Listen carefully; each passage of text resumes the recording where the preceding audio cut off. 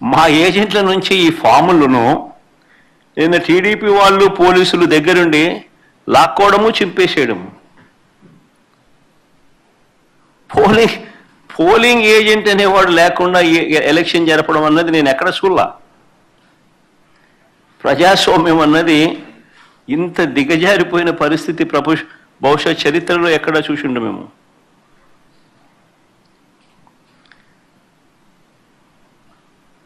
Voter వచ్చి తన పేరు చెప్పిన తర్వాత, ఓటర్ మామూలుగా ఎన్నికల్లో పోలింగ్ రూమ్లోకి వచ్చిన తర్వాత యూజువలీ ఆ ఓటరు తన పేరు చెప్తాడు గట్టిగా. చెప్పిన తర్వాత పోలింగ్ ఆఫీసర్ రిజిస్టర్లో తన వేలిముద్ర కానీ తన సంతకం కానీ తీసుకుంటాడు. ఆ ఓటర్కు సంబంధించిన సమాచారాన్ని ఆ రిజిస్టర్లో వేలిముద్ర అన్నా, ఓటర్ వేలిముద్ర అన్నా, వేలిముద్ర లేదా సంతకం అన్నా తీసుకుంటాడు రిజిస్టర్లో. ఈ రిజిస్టర్ నింపేది పోలింగ్ ఆఫీసర్, కానీ తనిఖీ చేసేది ఏజెంట్. అవసరమైతే తాను అభ్యంతరం చెప్తాడు. ఇది ప్రొసీజర్. పోలింగ్ ముగిసిన తర్వాత, అయిపోయిన తర్వాత ఫామ్ 32 అని ఉంటుంది. ఫామ్ 32ను నింపి ఆ బూత్లో ఎన్ని ఓట్లు వచ్చాయి అన్నదాన్ని రికార్డు చేస్తారు.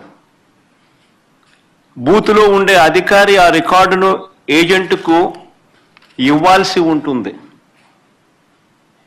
అంతేకాకుండా ఏజెంట్ నుంచి ఒక రిసిప్ట్ కూడా తీసుకుంటాడు ఆ ప్రిసీడింగ్ ఆఫీసర్. ఆ రికార్డుతో ఈ రిసిప్ట్ను కూడా జత చేయాలి.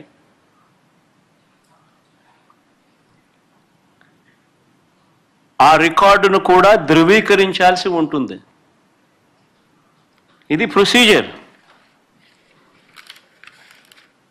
బ్యాలెట్ బాక్స్కు సీల్ వేసేటప్పుడు, బ్యాలెట్ బాక్స్కు సీల్ వేసే ప్రక్రియ పూర్తయ్యే వరకు ఏజెంట్ అక్కడే ఉంటాడు. బ్యాలెట్ బాక్స్ సీల్ పై కూడా ఏజెంట్ సంతకం చేస్తాడు.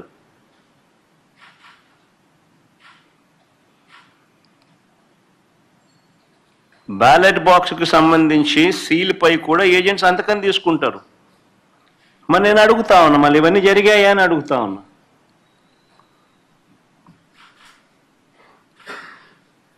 ఇవన్నీ జరిగాయా అని అడుగుతా ఉన్నా.